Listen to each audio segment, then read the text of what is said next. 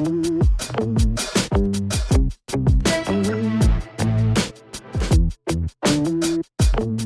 video is to talk about the magnetic hanging hardware that you may have purchased with your suspended acoustic item. This is what the magnetic hardware looks like when it comes in your shipment. You'll see here you've got two connections. Tools you're going to need for this is going to be basically just a screwdriver and a pliers. And then how the hardware separates out is you have this steel cable. This is 1/16 inch cable, a ceiling mount, which is the magnetic piece, the connector. And you can see this is a bolt. This will fit a little over, I think it's like 3/8 thick. I'm going to start with fastening the panel connector, thread it through the supplied mount that's on your beam.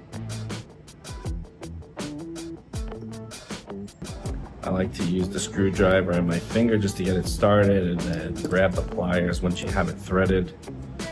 So you can grab it and just tighten it up. Next thing we're going to do is we're going to thread the cable. This is the 1/16 cable, and it has a ball on the end, as you can see. So this cable's 78 inches long, and you're going to want to just unravel it like so. And then we're gonna put it through the ceiling mount. This is a magnetic ceiling mount. It can hold up to 10 pounds. You get 2 for each kit, which is 20 pounds of holding strength. And these beams, our biggest beam, I think the heaviest is about a 4-pound product. So you have plenty of holding power to use these. You're gonna loosen this. You're gonna separate them. And then you're gonna find the end that doesn't have the ball and thread it through this little mounting post, like so. Find the hole, and then that little ball is the stopper, you can see. So it stops on that ball, and then you could thread it back into the magnetic mount. Now that part's done. Second part to this is you're gonna attach it to the panel connector.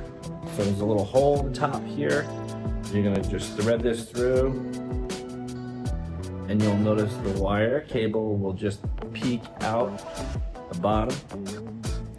And you just want to put an inch or 2 through there, and then just leave it, because you don't know what your adjustment is going to be. How this adjusts is, let's just say you have it up and it's hanging and you want to extend it.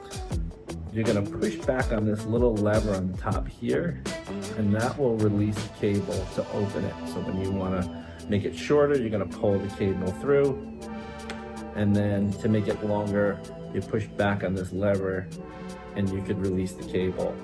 And that'll be how you figure out what's level. Now, one of the important things when you're done threading the hardware is to manage this cable correctly, because if you do it incorrectly, you can get a spaghetti roll, and we don't want that. So there's a little trick to doing that. This is how I do it. So I usually take about 4 fingers here, just wrap it around my hand. I coil it loose, not too tight. If you go too tight, it puts a little too much stress on the cable, and it wants to relax a little bit. So just keep it a little relaxed to start. You won't have an issue. And you want to leave about, I don't know, 5 or 6 inches. I'm going to actually take a loop out so I have more. And you want to give this a little coil. So I'm going to thread it through a few times. And then what I'd like to do is I like to take the magnet, and I like to just fasten it back to the mounting hardware. That's a lot neater, a lot easier to manage when you're up on a ladder and you're trying to get this on there. You're not dealing with some spaghetti mess. You've got a nice coiled up situation here where you can just take the mount, plug it where you have to go, and you're in business. So that's it.